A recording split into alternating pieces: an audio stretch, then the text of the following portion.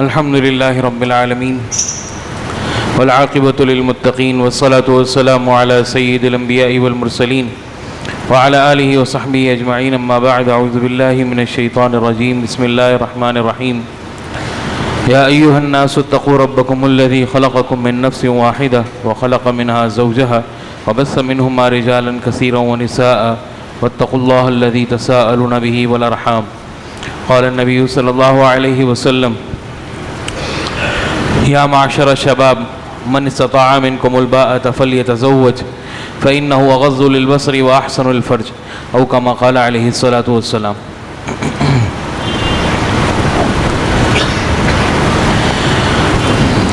انسان کی بنیادی ضرورت میں اللہ رب العزت نے کھانا پینا رہنا لباس اور ساتھ شادی بھی رکھی ہے. انسان کی بنیادی زندگی کی ضروریات میں سے شامل ہے. اتنی بڑی بنیادی ضرورت اور شریعت اس کے بارے میں بات نہ کرے، اس کا طریقہ نہ بتائے، ایسا ممکن نہیں ہے. آپ صلی اللہ علیہ وسلم کا تعدد زواج یعنی زیادہ شادیوں کرنے کا مقصد کوئی نفسانی خواہش پورا کرنا نہیں، بلکہ امت کو سکھانا تھا مختلف طریقے سے مختلف انداز میں اور مختلف معاشرے کے اعتبار سے مختلف حالات میں کس طرح شادی کی جائے، کیسے کر سکتے ہیں، اللہ کا کیا حکم ہے، شریعت کا کیا حکم ہے، اللہ کے نبی کا کیا طریقہ، یہ بتانا مقصود تھا. اللہ رب العزت نے نکاح کو، شادی کو، یہ دنیاوی معاملہ جتنا بنایا ہے اس سے زیادہ عبادت بنایا ہے. تمام فقہا نے یعنی فقہ کی کتابیں جنہوں نے لکھی ہیں ان سب نے کتاب النکاح یعنی نکاح کا باب جو لکھا ہے وہ حج کے بعد لکھا ہے، یعنی عبادت کے فوراً بعد ہی معاملات سے پہلے، کیونکہ نکاح آدھا عبادت ہے اور آدھا معاملہ ہے. یعنی معاملہ اس لیے کیونکہ دوسرے انسان سے واسطہ پڑتا ہے، اس کے اندر مالی معاملات طے ہوتے ہیں، اس بنیاد پر معاملہ ہے، حقوق اس سے وابستہ، اس کی وجہ سے وابستہ ہو جاتے ہیں، معاملہ ہے، اور اللہ کا حکم ہے اس لیے یہ عبادت ہے. تو اس لیے اللہ رب العزت نے، اللہ کے نبی صلی اللہ علیہ وسلم نے امت کو مکمل طریقہ عطا کیا کہ کیا کیا جائے، کیسے کیا جائے.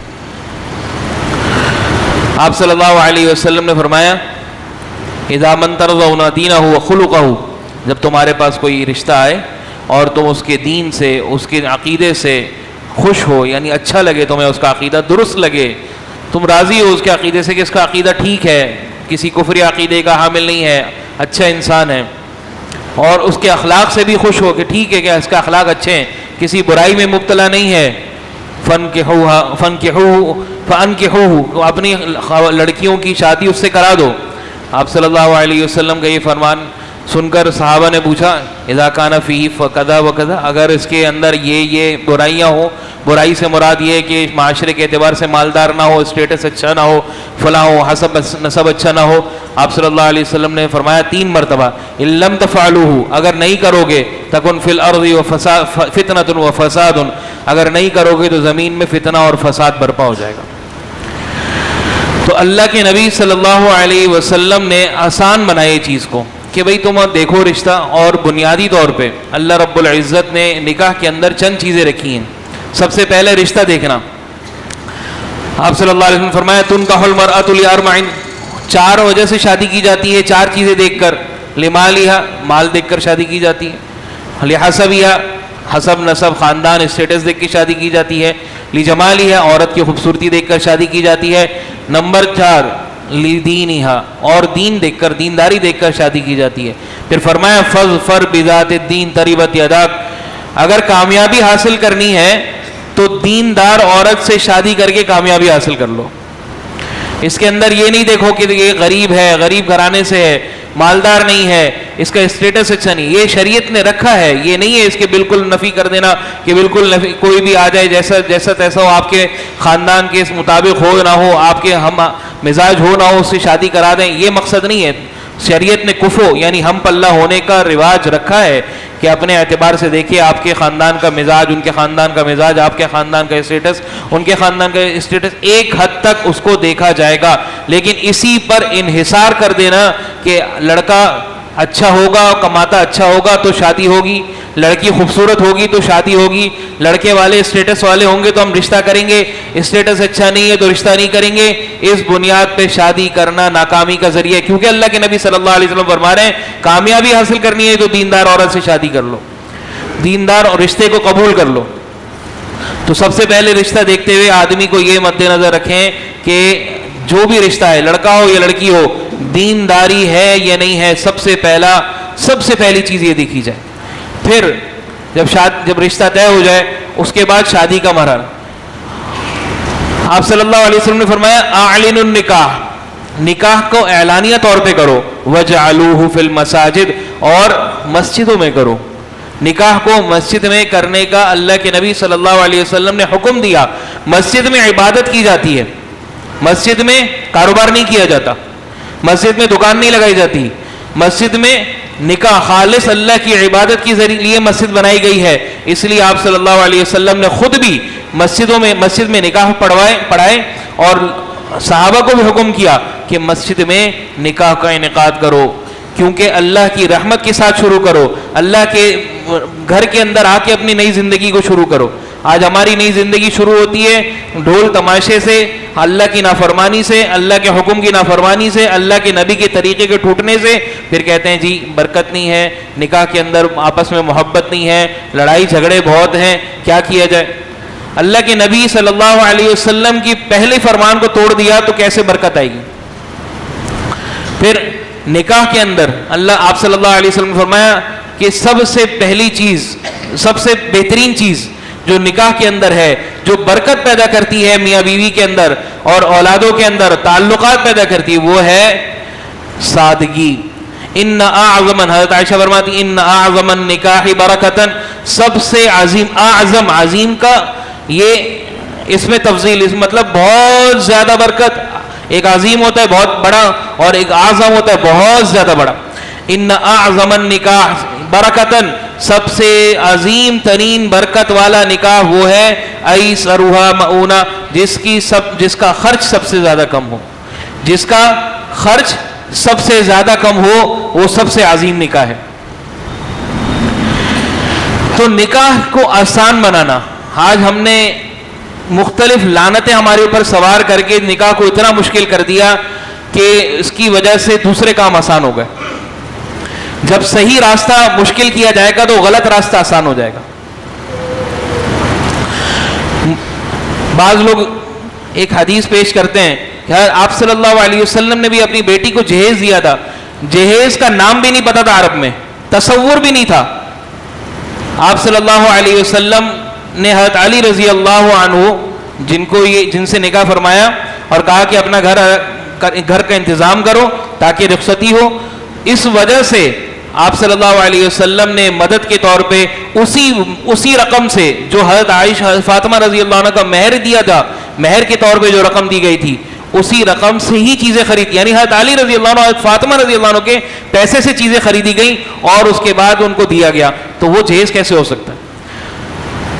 حضرت تھانوی رحمۃ اللہ علیہ نے لکھا ہے کہ جہیز کی گنجائش ہے. کب ہے؟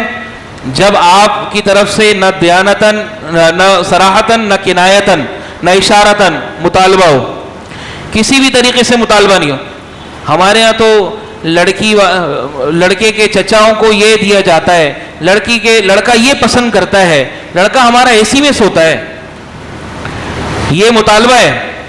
اور حدیث میں آتا ہے لا یحل مال امرئ, کسی ایمان والے کا مال حلال نہیں, الا من طیب نفسی, جب تک کہ وہ اپنی مکمل خوشی سے نہ دے. یہ خوشی نہیں ہے, یہ آپ مطالبہ کر رہے ہیں, بوجھ ڈال لیں اس کے اوپر.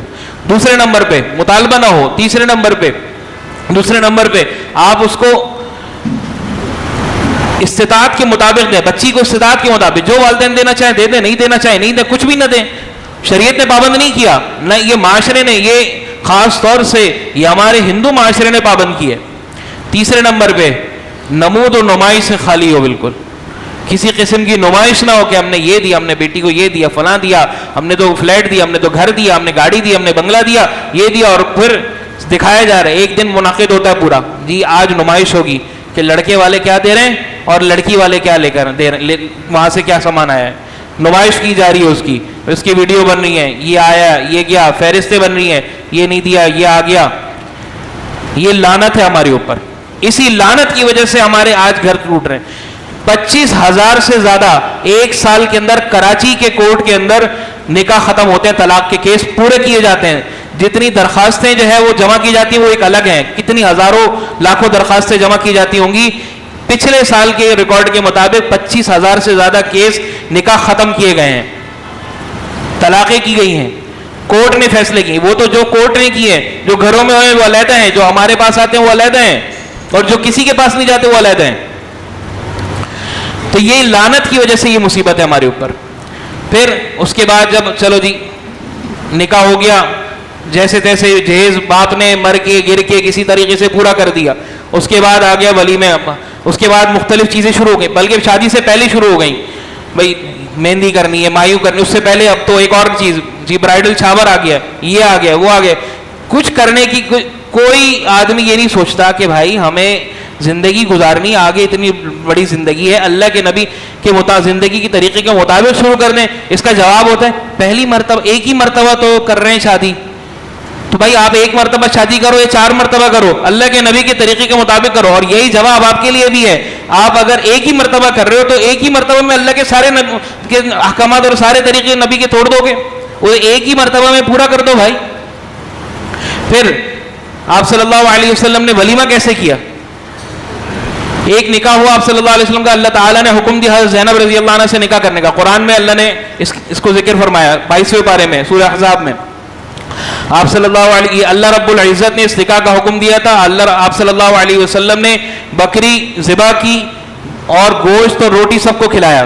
دوسرا نکاح ہوا سفر میں، آپ صلی اللہ علیہ وسلم نے بولا سارے صحابہ کو دوسرے دن کہ بھائی جس کے پاس جو کھانے کی سامان ہے وہ سب لے آئے اور سب مل کر دسترخوان پہ بیٹھ کے کھا لیں. تیسرا نکاح عائشہ رضی اللہ عنہ سے ولیمہ جب ہوا، آپ صلی اللہ علیہ وسلم کے پاس دودھ آیا، بولا سارے صحابہ کو بلا لو ولیمہ ہے، سب کو دودھ پلا دیا. یہ ولیمہ ہے. اولم ولو بشاتن، نکاح ولیمہ کر لو چاہے ایک بکری سے کیوں نہ ہو، ایک بکری سے ولیمہ کر لو، استطاعت ہے کر لو. آج ہمارے مینیو ڈیسائیڈ ہو رہا ہے، یہ نہیں ہے فلاں نے یہ رکھا تھا ہم یہ رکھیں گے، ہمارا مینیو ان سے اچھا ہونا چاہیے، ہمارا وینیو ان سے اچھا ہونا چاہیے، ہماری جگہ ان سے اچھی ہونی چاہیے، بینکویٹ ان سے اچھا ہونا چاہیے. ارے یہ کیا چیز ہے؟ اللہ کے نبی صلی اللہ علیہ وسلم کے سارے طریقے ایک ساتھ ہی توڑ دیے. اور پھر دعا کر رہے ہیں نکاح کے بعد اللہ برکت عطا فرما. امام صاحب برکت کی دعا کر دیں، کیسے آئے گی برکت؟ اللہ کے نبی صلی اللہ علیہ وسلم کا پہلا فرمان توڑ دیا. نکاح کے خطبے میں 3 آیتیں پڑھی جاتی ہیں جس میں 4 مرتبہ یہ مسنون ہے، 4 مرتبہ اللہ رب العزت نے تقوی کا حکم دیا. یا ایھا الناس اتقوا ربکم، اے ایمان والو اللہ سے ڈرو، تقوی اختیار کرو. جس نے تمہیں ایک جان سے پیدا کیا، اس کے بعد اس جان سے ان کا جوڑا پیدا کیا، اس کے بعد ان سے زمین اور آسمان کی ساری انسانیت کو پیدا کیا. یا ایھا الذین آمنوا اتقوا اللہ، اے ایمان والو تقوی اختیار کرو. وقولوا حق، یا ایھا الذین آمنوا اتقوا اللہ حق تقاتی، جس طرح تقوی اختیار کرنے کا اور اللہ سے ڈرنے کا حق ہے اس طرح اللہ سے ڈرو، تقوی اختیار کرو. شادی کری ہے تم اس کے اندر تقوی اختیار کر کے رہنا، متقی بن کے رہنا، اللہ کے احکامات اور اللہ کے نبی کے طریقے پہ رہنا، اس کو چھوڑنا نہیں. یا ایھا الذین آمنوا اتقوا اللہ، اے ایمان والو تقوی اختیار کرو. وقولوا قولا سدیدا، اور ٹھیک بات کرو. یصلح لکم اعمالکم، تمہارے سارے کام اللہ بنا دے گا. ویغفر لکم ذنوبکم، یہ تمہارے مسئلے شادیوں کی جو ہے مسئلے حل کر دے گا اللہ، اگر تم نے تقوی اختیار کر لیا اپنے نکاح میں، اپنے طریقوں میں. تو اس لیے ہم نے سب سے پہلے یہ دیکھنا ہے کہ ہمارا رشتہ، ہماری شادی اللہ کے نبی صلی اللہ علیہ وسلم کے طریقے کے مطابق، اس سے پہلے یہ دیکھنا ہے کہ ہمارا رشتہ دینداری کی بنیاد پر ہو. اس کے بعد یہ دیکھنا ہے کہ جو اللہ کے نبی صلی اللہ علیہ وسلم نے حکم دیا وہ ہماری زندگی کا، ہماری ضرورت ہے. یہ کوئی یہ نہیں ہے کر لو تو ٹھیک ہے، نہیں کرو تو کوئی بات نہیں. پھر ایک عجیب بات ہے، شادی بیاہ میں سارے خرافات، گانے، ناچ، ویڈیو، مووی، گانا سب کچھ کرتے ہیں، بے حیائی، بے فحاشی. اس کے بعد اگر کوئی آدمی معذرت کر لے کہ جی میں نہیں آ سکتا تو اس کو تانے بھی دیتے ہیں کہ بھئی یہ تو بڑے ملا بنتے ہیں، کیا ضرورت ہے؟ تو اگر ایسا ہی ہے تو بازاروں میں کیوں جاتے ہیں؟ ایسا ہی ہے تو فلاں کیوں کرتے ہیں؟ اللہ کے بندے تم نے ایک تو فحاشی اور یعنی ساری کوئی کمی چھوڑی نہیں اللہ کی نافرمانی میں، اور اس میں شریک ہونے سے کوئی آدمی اپنے آپ کو بچانا چاہتا ہے تو یہ کہو کہ اچھی بات ہے یار، نہ کہ جو ہے اس آدمی کو اور زیادہ طعنے طنز کا نشانہ بناؤ. تو اس لیے اللہ رب العزت سے یہ سب سے پہلے ہماری دعا ہے کہ اللہ تعالیٰ ہمارے نکاحوں کو آسان فرمائے، شادیوں کو آسان کرے. یہ جو لعنت ہم نے، یہ جتنی لعنتیں مصیبتیں ہم نے اوپر سوار کی ہیں، جہیز کی ہے، مہندی کی ہے، مائیوں کی ہے، مختلف رسموں کی ہے، مختلف جگہوں پیسوں کی ہے، لفافوں کی ہے، اللہ تعالیٰ اس کو ختم کر دے اور آسانی سے زندگی آسان بنائے. شریعت نے تو آسان سی زندگی دی تھی، اتنی مشکل تھوڑی دی تھی. یہ شادی آسان تھی، کاروبار آسان تھا، ملازمت آسان تھی، عبادت آسان تھی. یہ تو ہم نے مشکل کر دی ہے. اللہ تعالیٰ ہم سب کو عمل کی توفیق عطا فرمائے. وآخر دعوانا الحمدللہ رب العالمین.